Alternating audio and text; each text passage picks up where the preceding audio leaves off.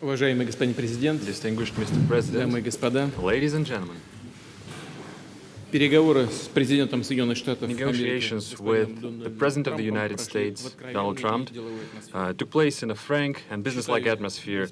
I think we can call it a success and a very fruitful round of negotiations. We carefully analyzed the current status, the present and the future of the Russia-United United States relationship, key issues of the global agenda. It's quite clear to everyone that the bilateral relationship are going through a complicated stage, and yet those impediments, the current tension, the tense atmosphere, essentially have no solid reason behind it. The Cold War is a thing of past. The era of acute ideological confrontation of the two countries is a thing of a remote past, is a vestige of the past. The situation in the world changed dramatically. Today, both Russia and the United States face a whole new set of challenges. Those include a dangerous maladjustment of mechanisms for maintaining international security and stability, regional crises, the creeping threats of terrorism and transnational crime. It's the snowballing problems in the economy, environmental risks, and other sets of challenges. We can only cope with these challenges if we join the ranks and work together. Hopefully, we will reach this understanding with our American partners. Today's negotiations reflected our joint wish with President Trump to redress this negative situation in the bilateral relationship, outline the first steps for improving this relationship to restore the acceptable level of trust and going back to the previous level of interaction on all mutual interest issues. As major nuclear powers, we bear special responsibility for maintaining international security. I deem it vital, and we mentioned this during the negotiations, it's crucial that we fine-tune the dialogue on strategic stability and global security and non-proliferation of weapons of mass destruction. We submitted our American colleagues a note with a number of specific suggestions. We believe it necessary to work together further on to interact on the disarmament agenda, military and technical cooperation.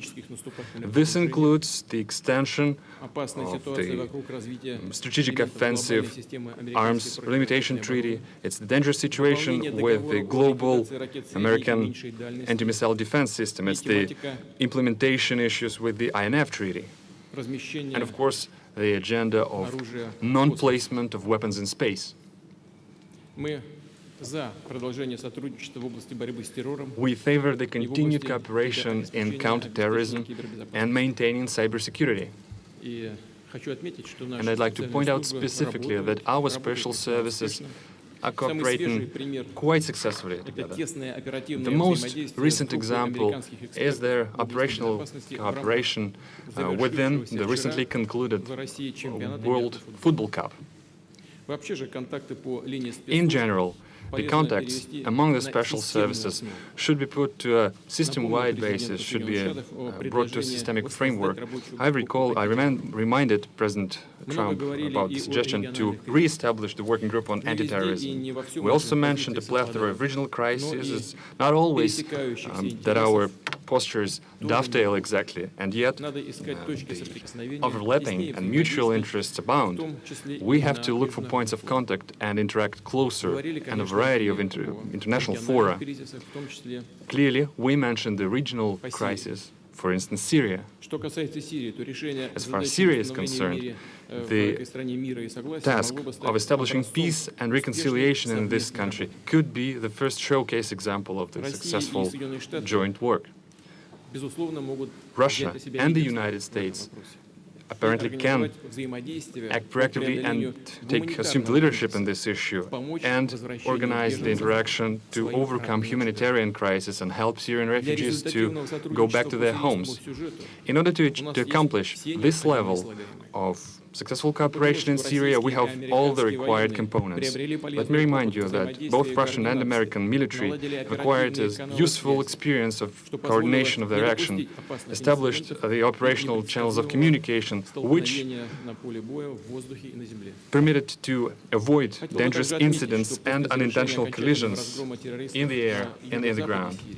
Also, crushing terrorists in the southwest of Syria, the south of Syria, should be brought to the full compliance with the Treaty of 1974 about the separation of forces, of Israel and Syria. This will bring peace to Golan Heights and bring a more peaceful relationship between Syria and Israel, and also to provide security of the State of Israel. Mr. President paid special attention to the issue during today's negotiations, and I would like to confirm that Russia is interested in this development and this will act accordingly. Thus far, we will make a step toward creating a lasting peace in compliance with the respective resolutions of Security Council, for instance, the resolution 338. We're glad that the Korean Peninsula issue is starting to resolve.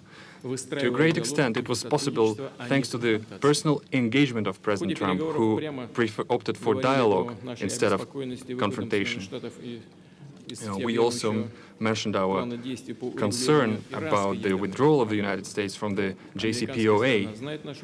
Well, our U.S. counterparts are aware of our posture.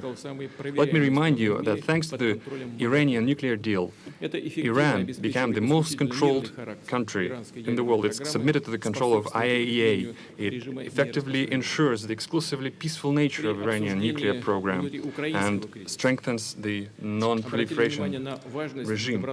While we discussed the internal Ukrainian crisis, we paid special attention to the bona fide implementation of Minsk agreements by Kiev. At the same time, the United States could be more decisive in nudging the Ukrainian leadership and encourage it to work actively in this. We paid more attention to economic ties and economic cooperation. It's clear that both countries, the businesses of both countries are interested in this. American delegation was one of the largest delegations in the St. Petersburg Economic Forum.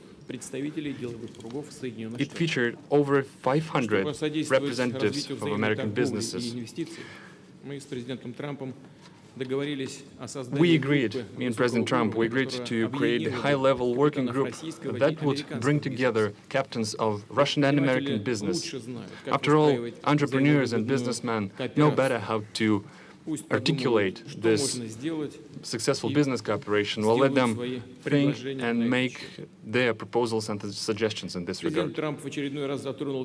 Once again, President Trump mentioned the issue of the so-called interference of Russia in the American elections, and I had to reiterate things I said several times, including during our personal context, that the Russian state has never interfered and is not going to interfere into internal American affairs, including the election process. Any specific material, if such things arise, we are ready to analyze together. For instance, we can analyze them through the joint working group on cybersecurity, the establishment of which we discussed during our previous contacts.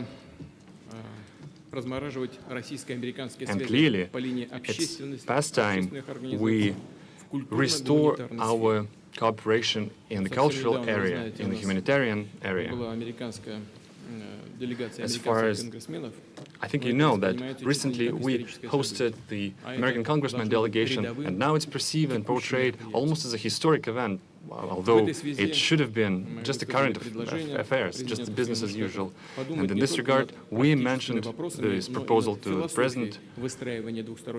We have to think about the practicalities of our cooperation, but also about the rationale, the underlying logic of it.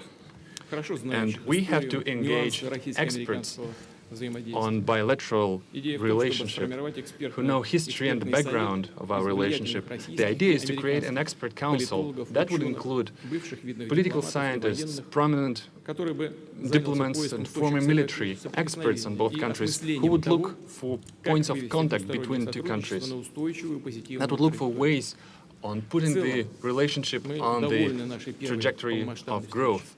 In general, we are glad with the outcome of our first full-scale meeting, because previously we only had a chance to talk briefly on international fora.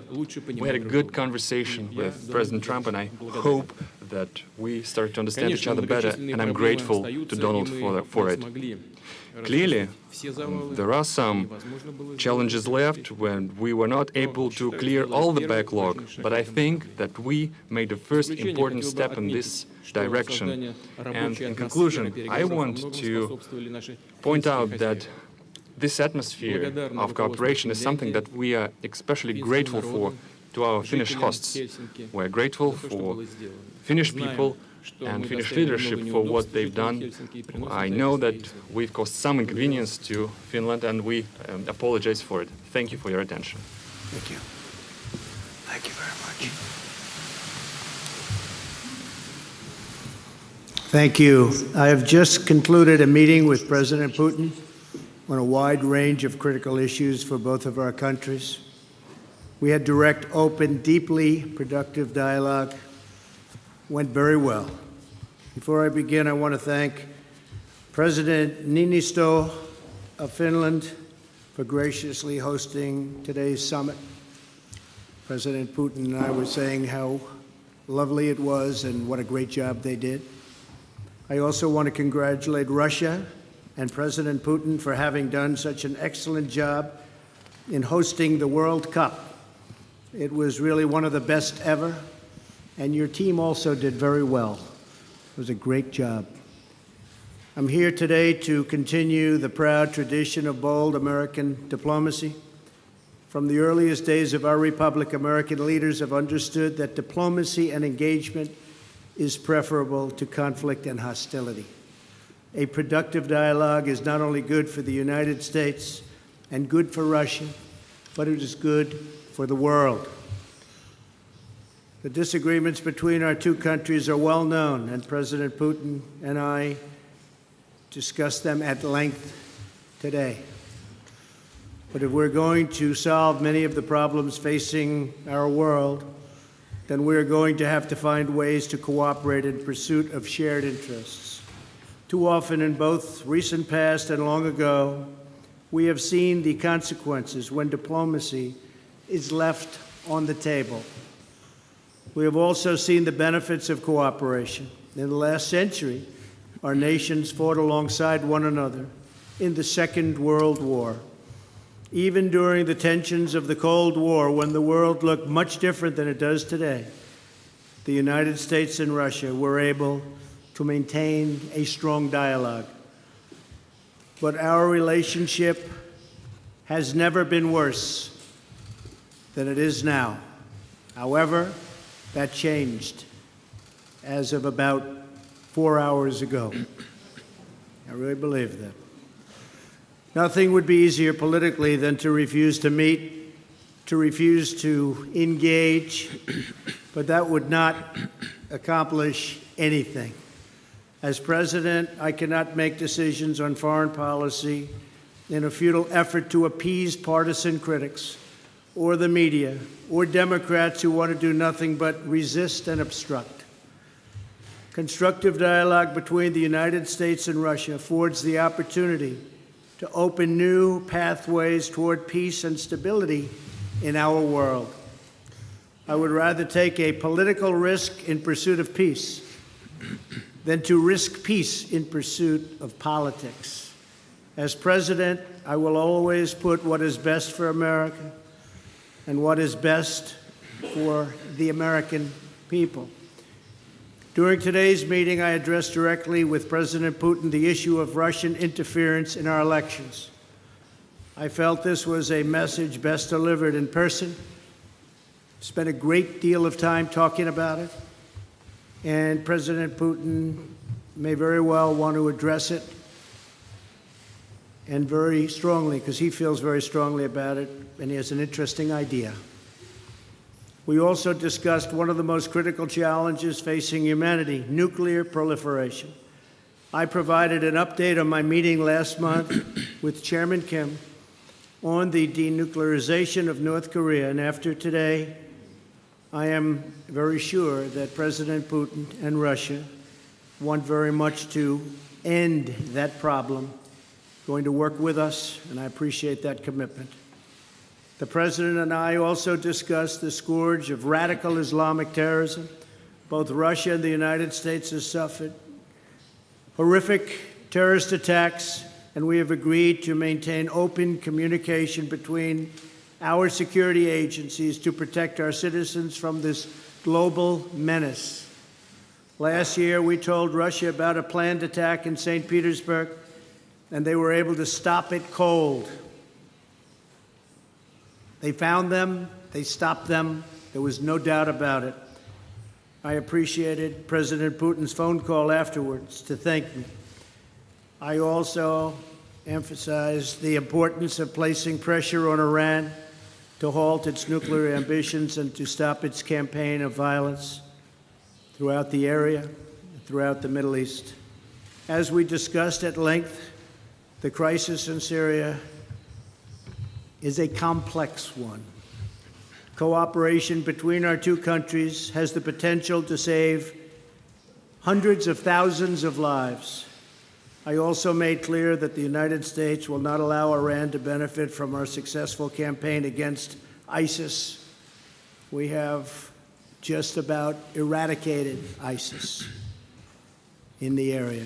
We also agreed that representatives from our national security councils will meet to follow up on all of the issues we addressed today and to continue the progress we have started right here in Helsinki.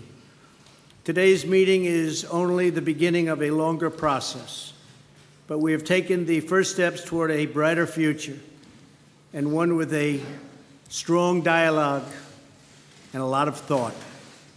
Our expectations are grounded in realism, but our hopes are grounded in America's desire for friendship, cooperation, and peace. And I think I can speak on behalf of Russia when I say that also. President Putin, I want to thank you again for joining me for these important discussions and for advancing open dialogue between Russia and the United States. Our meeting carries on a long tradition of diplomacy between Russia, the United States, for the greater good of all. And this was a very constructive day. This was a very constructive few hours that we spent together. It's in the interest of both of our countries to continue our conversation, and we have agreed to do so. I'm sure we'll be meeting again in the future, often, and hopefully we will solve every one of the problems that we discussed today. So, again, President Putin, thank you very much. Господа президенты, сейчас журналисты смогут задать Distinguished presidents, now the journalists would have a chance to ask two questions, two sets of questions each. First, the Russian journalist will ask the question. Please give your affiliation. Меня зовут Алексей Good Мешков. afternoon. My name is Alexei Meshkov, Interfax Information Agency. I have a question to President Trump. During your recent European tour, you've mentioned that the implementation of the Nord Stream 2 gas pipeline makes Europe a hostage of Russia, and you suggested that you could free Europe from this by supplying American LNG. But this cold winter actually showed that the current mechanism of supply of fuel to Europe is quite viable.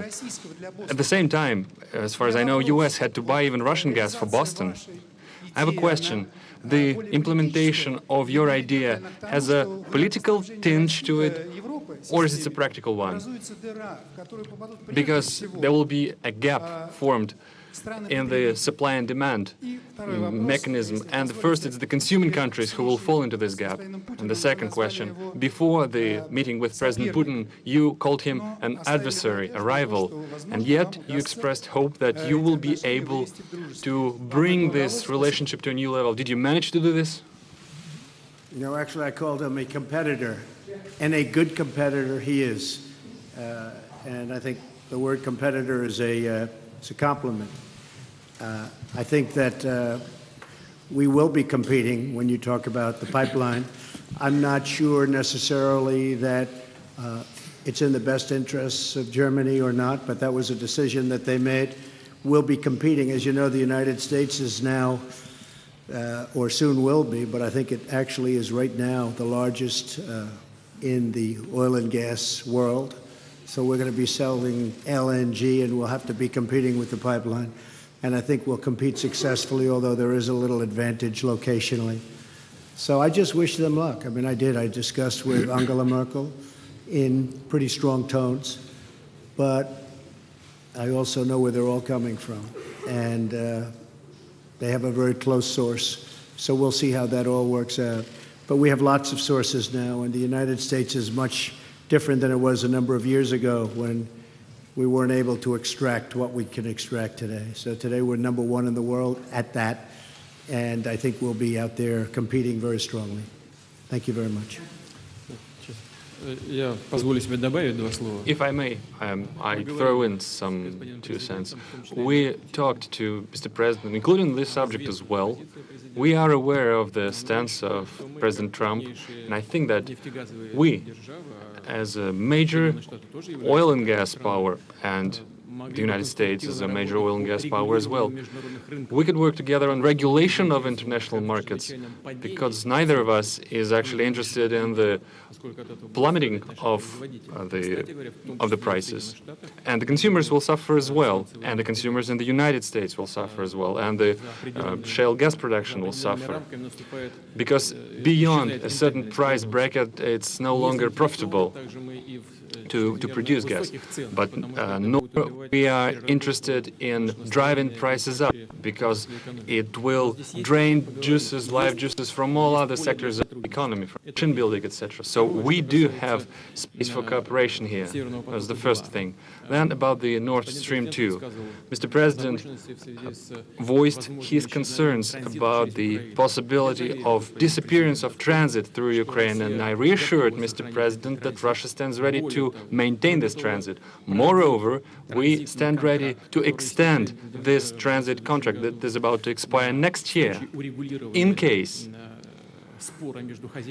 if the dispute between the economic entities will be settled in the Stockholm Arbitration Court. The first question from a U.S. journalist goes to Jeff Mason from Reuters.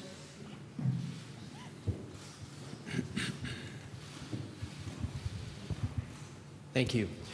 Mr. President, you tweeted this morning that it's U.S. foolishness, stupidity, and the Mueller probe that is responsible for the decline in U.S. relations with Russia. Do you hold Russia at all accountable for anything in particular?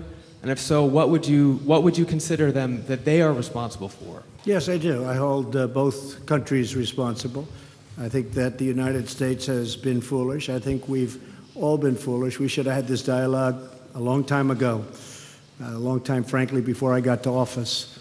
And I think we're all to blame. I think that the United States now has stepped forward along with Russia, and we're getting together, and we have a chance to do some great things, whether it's nuclear proliferation in terms of stopping. We have to do it. Ultimately, that's probably the most important thing that we can be working on. But I do feel that we have both made some mistakes. I think that the probe is a disaster for our country. I think it's kept us apart. It's kept us separated. There was no collusion at all. Everybody knows it. People are being brought out to the fore. So far that I know, virtually none of it related to the campaign. And they're going to have to try really hard to find somebody that did relate to the campaign. That was a clean campaign. I beat Hillary Clinton easily. And frankly, we beat her. And I'm not even saying from the standpoint, we won that race And it's a shame that there can even be a little bit of a cloud over it. People know that, people understand it, but the main thing, and we discussed this also, is zero collusion. And it has had a negative impact upon the relationship of the two largest nuclear powers in the world. We have 90% of nuclear power between the two countries. It's ridiculous. It's ridiculous what's going on with the probe. For President Putin, if I could follow up as well, why should Americans and why should President Trump believe your statement that Russia did not intervene in the 2016 election, given the evidence that U.S. intelligence agencies have provided? And will you consider extraditing the 12 Russian officials that were indicted last week by a U.S. grand jury? Well, I'm going to let the president answer the second part of that question. But as you know, the whole concept of that came up perhaps a little bit before, but it came out as a reason why the Democrats lost an election, which frankly, they should have been able to win because the Electoral College is much more advantageous for Democrats, as you know, than it is to Republicans. We won the Electoral College by a lot, 306 to 223, I believe. And that was a well-fought battle. We did a great job. And frankly, I'm going to let the president speak to the second part of your question. But just to say it one time again, and I say it all the time, there was no collusion. I didn't know the president. There was nobody to collude with. There was no collusion with the campaign. And every time you hear all of these, 12 and 14, it's stuff that has nothing to do, and frankly, they admit, these are not people involved in the campaign. But to the average reader out there, they're saying, well, maybe that does. It doesn't. And even the people involved, some perhaps told mis-stories, although in one case the FBI said there was no lie. There was no lie. Somebody else said there was. We ran a brilliant campaign, and that's why I'm president. Thank you. По поводу того, кому верить и кому не верить. As to who is to be believed and to who is not to be believed, you can trust no one if you take this. Where did you get this idea that President Trump trusts me or I trust him? He defends the interests of the United States of America, and I do defend the interests of the Russian Federation. We do have interests that are common. We are looking for points of contact. There are issues where our postures diverge, and we are looking for ways to reconcile our differences, how to make our effort more meaningful. We should not proceed from the immediate political interests that guide certain political powers in our countries. We should be guided by facts. Could you name a single fact that would definitively prove the collusion? This is utter nonsense. Just like the president recently mentioned. Yes, the public at large in the United States had a certain perceived opinion of the candidates during the campaign, but there's nothing particularly extraordinary about it. That's a usual thing. President Trump, when he was a candidate, he mentioned the need to restore the Russia-US relationship, and it's clear that a certain part of American society felt sympathetic about it, and different people could express their sympathy in different ways. But isn't that natural? Isn't it natural to be sympathetic towards a person who is willing to restore the relationship with our country, who wants to work with us? We heard the accusations about the Concord country. Well, as far as I know, this company hired American lawyers, and the accusations doesn't have a fighting chance in the American courts. So there's no evidence when it comes to the actual facts. So we have to be guided by facts and not by rumors. Now, let's get back to the issue of these 12 alleged intelligence officers of Russia. I don't know the full extent of the situation, but the President Trump mentioned this issue, and I will look into it. So far, I can say the following. The things that, off the top of my head, we have an existing agreement between the United States of America and the Russian Federation, an existing treaty that dates back to 1999, the mutual assistance on criminal cases. This treaty is in full effect. It works quite efficiently. On an average, we initiate about 100, 150 criminal cases upon request from foreign states. For instance, the last year, there was one extradition case upon the request sent by the United States. So this treaty has specific legal procedures. We can offer that the appropriate commission headed by Special Attorney Mueller, he can use this treaty as a solid foundation and send an official request to us so that we would interrogate, we would hold a questioning of these individuals who he believes are privy to some crimes. And our law enforcement are perfectly able to do this questioning and send the appropriate materials to the United States. Moreover, we can meet you halfway, we can make another step. We can actually permit official representatives of the United States, including the members of this very commission headed by Mr. Mueller, we can let them into the country and they will be present at this questioning. But in this case, there is another condition. This kind of effort should be a mutual one. Then we would expect that the Americans would reciprocate and they would question officials, including the officers of law enforcement and intelligence services of the United States, whom we believe who have something to do with illegal actions on the territory of Russia. And we have to request the presence of our law enforcement. For instance, we can bring up Mr. Browder in this particular case. Business associates of Mr. Browder have earned over $1.5 billion in Russia. They never paid any taxes, neither in Russia nor in the United States. And yet the money escaped the country. They were transferred to the United States. They sent a huge amount of money, 400 million, as a contribution to the campaign of Hillary Clinton. Well, that's their personal case. It might have been legal, the contribution itself, but the way the money was earned was illegal.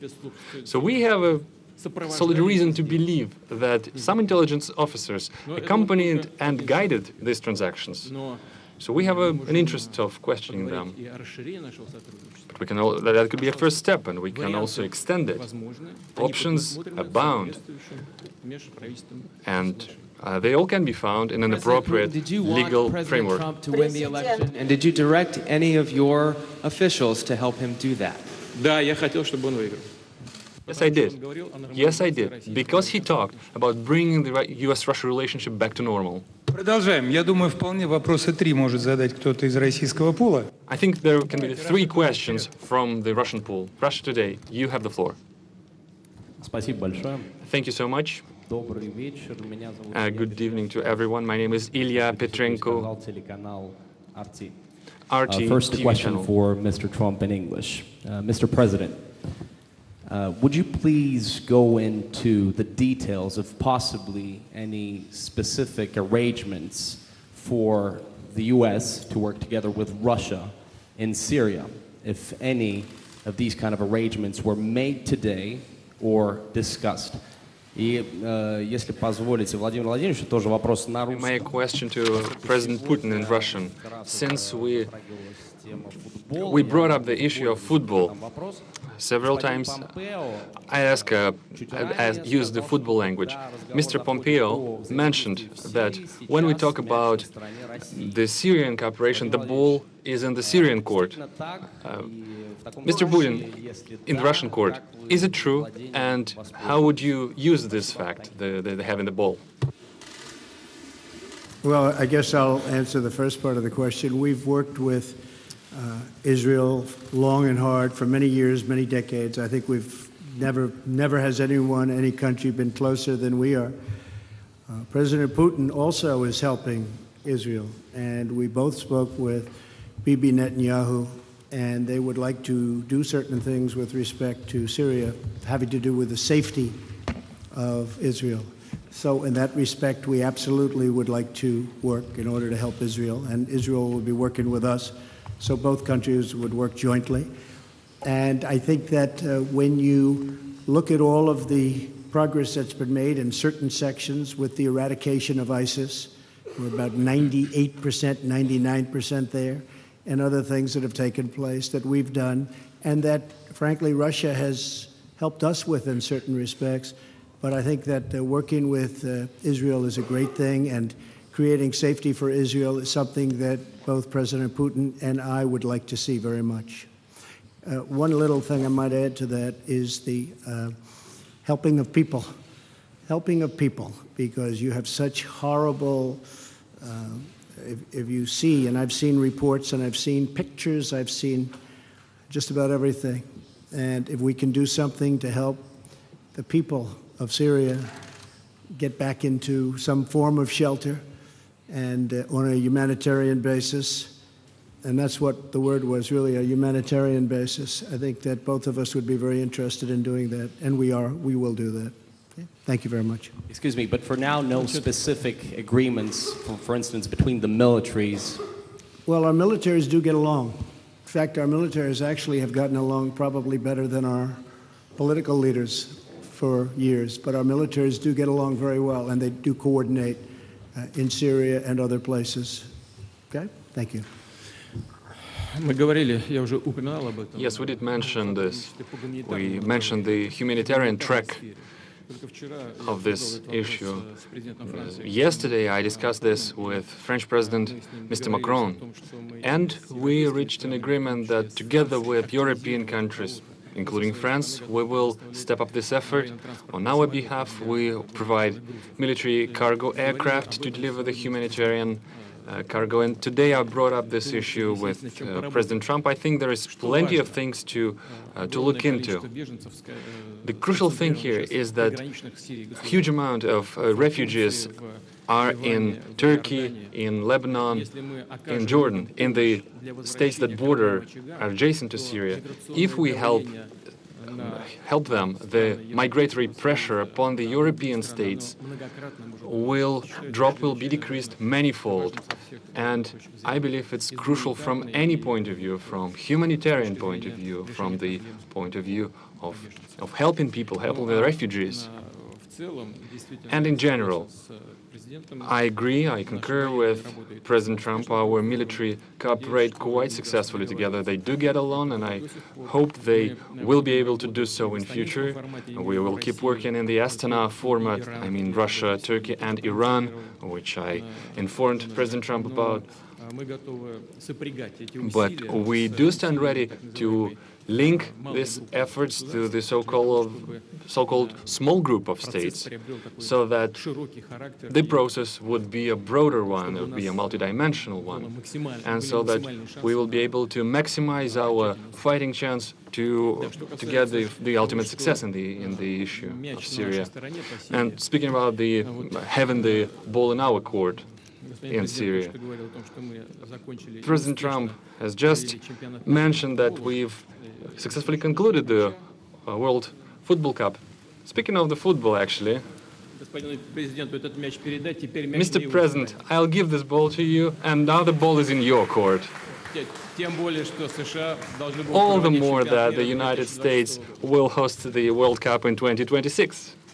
Thank you. That's right. Thank you very much. We do host it, and we hope we do as good a job. That's very nice. That will go to my son, Barron. We have no question. In fact, Melania, here you go. Okay. The final question from the United States will go to Jonathan Lemire from the AP.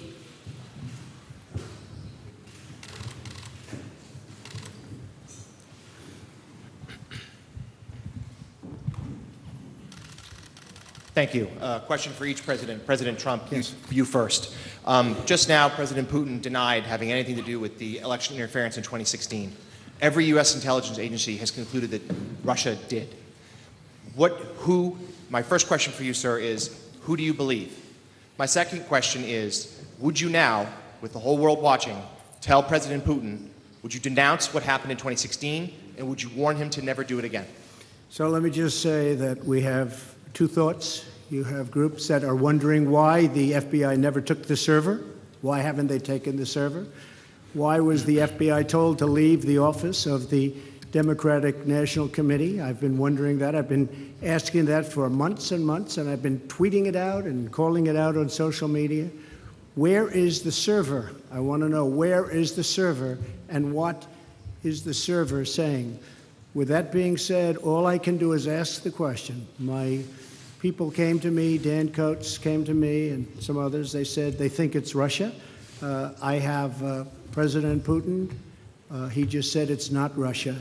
I will say this, I don't see any reason why it would be, but I really do want to see the server.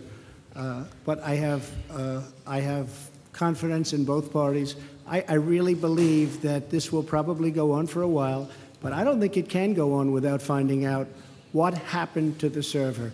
What happened to the servers of the Pakistani gentleman that worked on the DNC? Where are those servers? They're missing. Where are they? What happened to Hillary Clinton's emails? 33,000 emails, gone, just gone. I think in Russia they wouldn't be gone so easily. I think it's a disgrace that we can't get Hillary Clinton's 33,000 emails. So I have great confidence in my intelligence people, but I will tell you that President Putin was extremely strong and powerful in his denial today. And what he did is an incredible offer. He offered to have the people working on the case come and work with their investigators with respect to the 12 people. I think that's an incredible offer. Okay? Thank you. Позвольте мне добавить два слова. I'd like to add something to Я this. ведь тоже работал в разведке. After all, I was an intelligence officer myself, И знаю, как составляются соответствующие досье. and I do know how dossiers are made up. Just a minute. Just a second. Это первое. That's the first thing. Второе. Now the second thing. Я считаю Россию демократическим государством. I believe that Russia is a democratic Надеюсь, вы state, не отказываете and I в hope этом you're not своей стране, denying Соединенным Штатам Америки. this right to your own country. You're not denying that United States is a democracy. Do you believe United States is a democracy? А если это так, And if so, то if it is a democratic state, окончательный вывод then the final conclusion in this kind of a dispute can only be delivered by a trial, by the court, not by the executive, by the law enforcement. For instance, the Concord company that was brought up is being accused. It's been accused of interference. But this company does not constitute the Russian state. It does not represent the Russian state. And I brought several examples before. Well, you have a lot of individuals in the United States, take George Soros, for instance, with multi-billion capitals. But does that make him, his position, his posture, the posture of the United States? No, it does not. Well, it's the same case. There is the issue of trying a case in the court. And the final say is for the court to deliver. We are now talking about the private, the individuals, and not about particular states. And as far as the most recent allegation is concerned about the Russian intelligence officers, we do have an intergovernmental treaty. Please do send us the request. We will analyze it properly and will send a formal response. And as I said, we can extend this cooperation, but we should do it on a reciprocal basis, because we would await our Russian counterparts to provide us access to the persons of interest for us, who we believe can have something to do with the intelligence services. Well, let's discuss the specific issues and not use the Russia and the US relationship as a loose change, for this internal political struggle. A question for President Putin. Thank you. Two questions for you, sir. Can you tell me what President Trump may have indicated to you about officially recognizing Crimea as part of Russia? And then secondly, sir, does the Russian government have any compromising material on President Trump or his family?